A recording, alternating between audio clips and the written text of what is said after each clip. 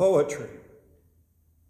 I've always liked poetry. Well, I've always thought that I should like poetry. Just never felt I had the time. But early in COVID days, I found some time, and when I turn to poetry, I pretty soon think of Maya Angelou. And when I think of Maya Angelou, I pretty soon think of her great classic, Still I Rise. You may remember some of its lines. You may write me down in history with your bitter, twisted lies. You may trod me in the very dirt, but still, like dust, I'll rise. Does my sassiness upset you? Why are you beset with gloom? 'Cause I walk like I've got oil wells pumping in my living room? Just like moons and like suns with the certainty of tides, just like hopes springing high, still I'll rise. Does my haughtiness offend you? Don't you take it awful hard, 'cause I laugh like I've got gold mines digging in my own backyard. You may shoot me with your words, you may cut me with your eyes, you may kill me with your hatefulness, but still, like air, I rise. And all this leads to our text this morning, the 121st Psalm, which is perhaps the best known of a collection of 15 psalms called the Songs of Ascent, Psalms 120 through 134. These songs of ascent, so their subtitles read, are 15 songs, likely songs possibly sung in sequence by Hebrew pilgrims on their way up to Jerusalem, to the great annual worship festivals, perhaps specifically as they mounted the Temple Mount. According to another view, an alternative view, they were songs sung by pilgrims or by exiles on their return from Babylon to Jerusalem. And it's easy to imagine both being true. But in either case, they were songs for the way up to Jerusalem, as the people of Israel, in the words of Isaiah, went up to the mountain of the Lord, to the house of the God of Jacob. Jerusalem is the highest city in the land, at 2,300 feet above sea level, so that all who travel there spend much of their time ascending, climbing up through the rugged hills that lead up to the city, whether they come up from the Jordan River Valley or through the mountain passes from the coastal plain. And of course, the ascent was not only literal, it was also a metaphor, a spiritual ascent. The trip to Jerusalem acted out a life lived climbing upward toward God. The life of faith, mindful life, is always an uphill climb, which tells us what? That it isn't always easy. But as runners know, it's almost always when you're running downhill that you get hurt.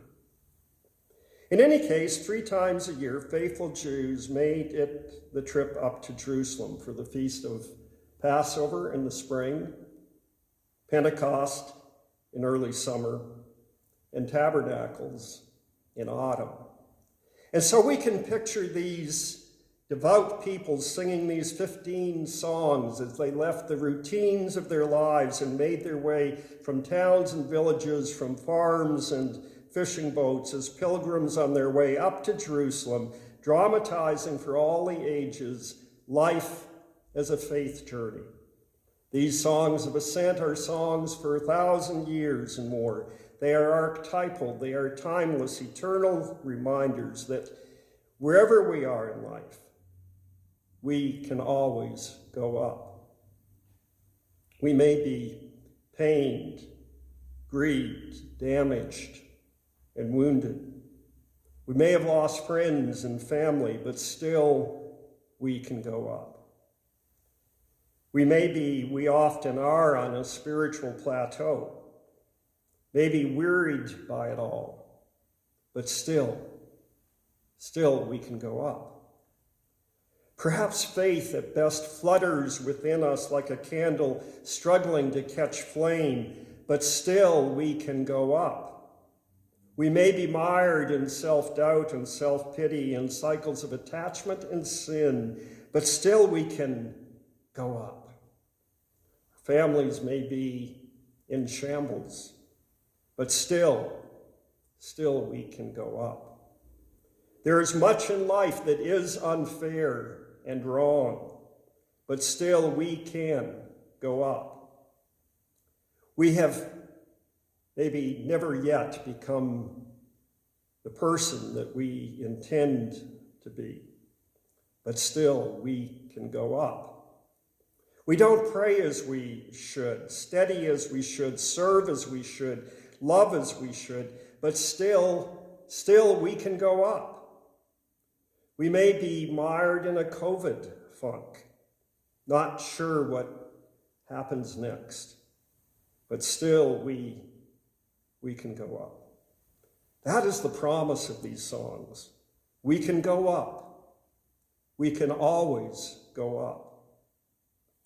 Our text this morning is Psalm 121, the second of the Songs of Ascent, maybe the very best of them, certainly the most memorable of them. I lift up my eyes to the hills. Where does my help come from? My help comes from the Lord, the maker of heaven and earth. He will not let your foot slip. He who watches over you will not slumber. Indeed, he who watches over Israel will neither slumber nor sleep. The Lord watches over you. The Lord is your shade at your right hand. The sun will not harm you by day, nor the moon by night. The Lord will keep you from all harm. He will watch over your life.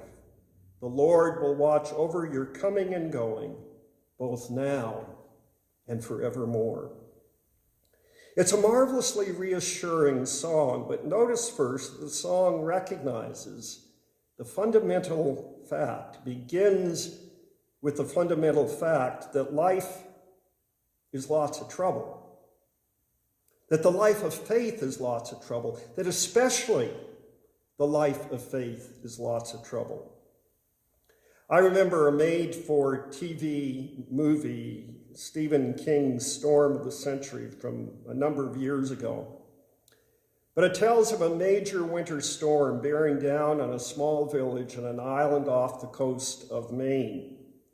And as the blizzard grows in intensity, a stranger shows up, and havoc and mayhem break out. The stranger turns out to be the devil. And as he terrorizes the villagers, he keeps saying, "Give me what I want, and I will go away." And at first you don't quite hear it, but then he says it again, and then again, "Give me what I want, and I will go away." And I think there's a lot of truth to that a trouble-free life, a life that Satan's not even bothering with anymore, is a sign of danger, and that the life of faith always calls for great spiritual struggle. Things do not go as we expect. At first, we plunge into the river of Christian faith excitedly, like the children of summer at the old swimming hole, and immediately we come up, our noses filled with water, coughing and sputtering.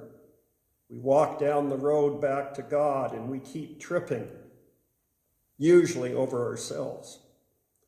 The trouble does not go away. Not only does it not go away, but there seems to be more trouble than ever.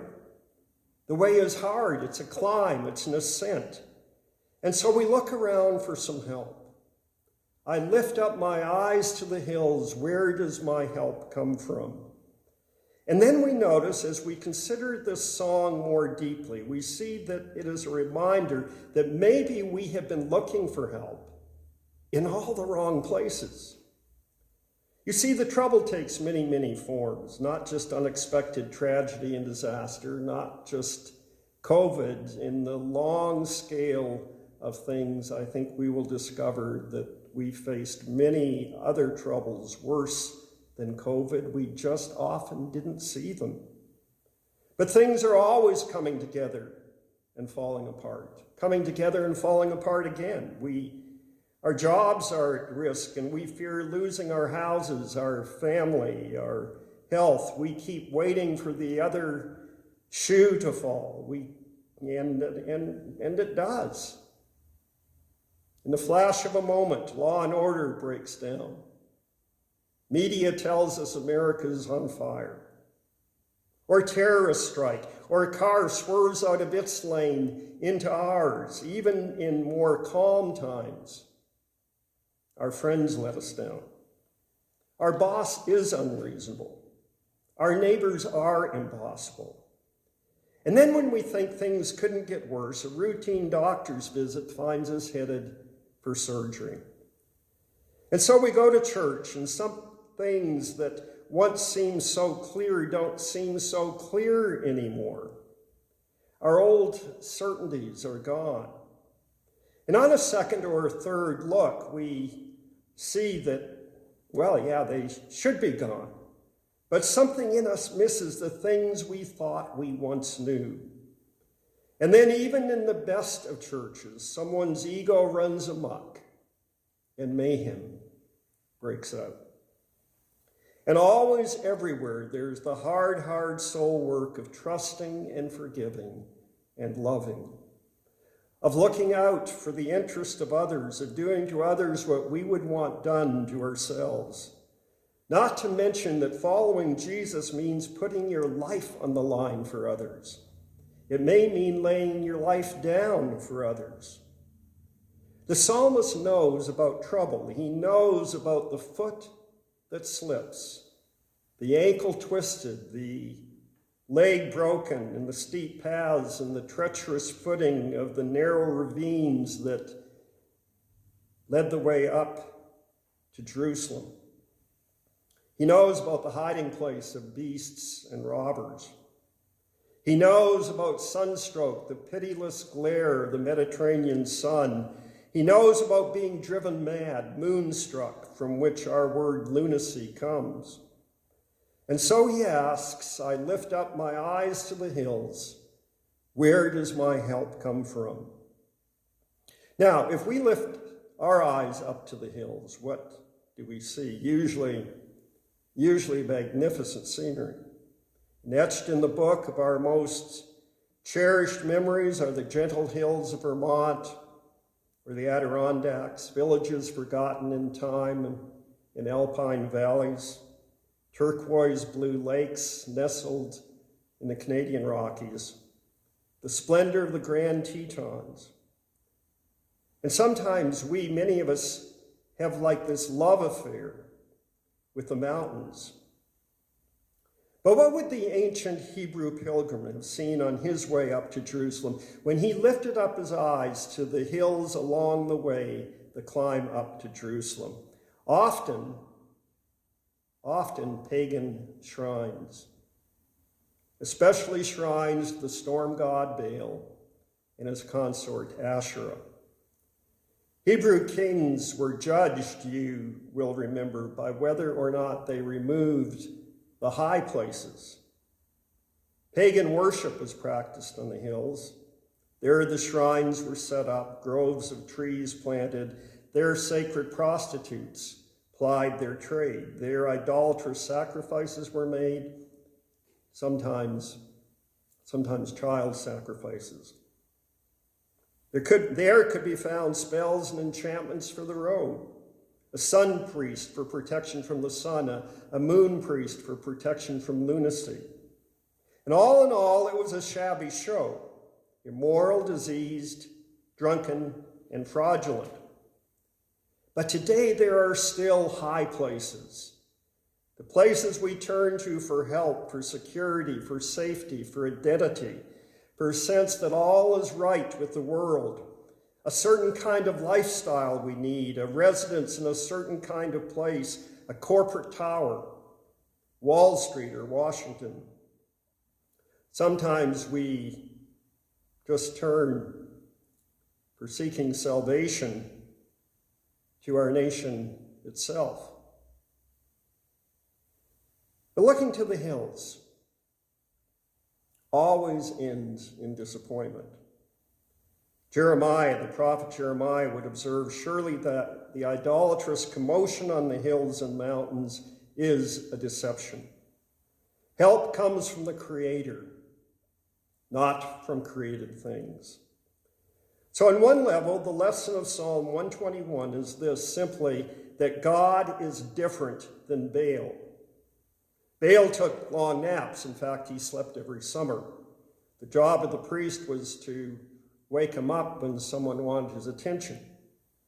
You may remember Elijah in that great classic scene on Mount Carmel in 1 Kings 18, ridiculing the worshipers of Baal who are getting no response from their God. And in verse 27, Elijah will say, well, perhaps he's in deep thought or busy or has gone aside, which was a euphemism for nature calls. But in contrast, God is ever watchful. The Lord neither slumbers nor sleeps. The Lord is your keeper. The Lord never rests, never leaves his posts, never goes off duty. The Lord will keep your life. He will keep your going out and your coming in both now and forevermore. It's not the bad things will never happen. It's that nothing can keep us from our destination if our destination is God. Nothing. Nothing can keep us from our destination if our destination is God. And in fact, the things that look the very worst to you now may turn out to be your eventual salvation. The only serious mistake when illness and tragedy and loss come is to ever suppose that God doesn't care. And that is the mistake that the 121st Psalm warns against, the mistake of supposing that God's interest in you goes up and down in response to your interest in him. It doesn't. His interest in you is there all the time.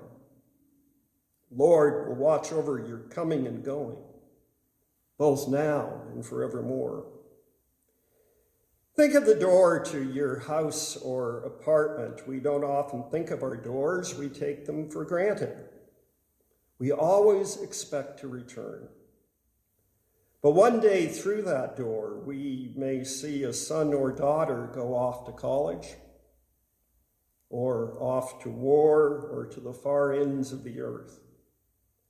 One day through that door will come for the first time maybe a grandchild. One day a friend will walk through that door for the last time. One day you will walk through that door for the last time. Even today, Jewish people fix to their doorpost a mezuzah, a small metal cylinder containing the words of the Shema, which they touch each time they go in and come out. And as they touch it, they repeat this verse. The Lord will watch over your coming and going, both now and forevermore. In the end, we will see that at the deepest levels of the universe, grace is everywhere. In both our brightest days and darkest nights, grace is everywhere. The Lord watches over you. The Lord watches over your life. The Lord watches over your coming and going, both now and forevermore. But the choice has always been between God as your destination and something else as your destination, usually something that you can touch and hold and count and show to others, something you feel you can't live without, something you feel you can't be happy without. A high place, something that makes you temporarily high. A person, a place, a thing, a job or accomplishment, something to which you are attached. The call, of course, is always to God. God is your destination, and that's the call this morning. However pained or grieved or wounded we may be, however mired we may be in self-doubt and self-pity, still we can go up. However things may seem to be falling apart, however scared we are of the days ahead, still we can go up. Still like air we rise. Our help comes from the Lord, the maker of heaven and earth. He will not let your foot slip. The one who watches over you will not slumber. The one who watches over Israel will neither slumber nor sleep. The Lord watches over you. The Lord is your shade at your right hand. The sun will not harm you by day, nor the moon by night. The Lord will keep you from all harm. He will watch over your life. The Lord will watch over your coming and going, both now and forevermore.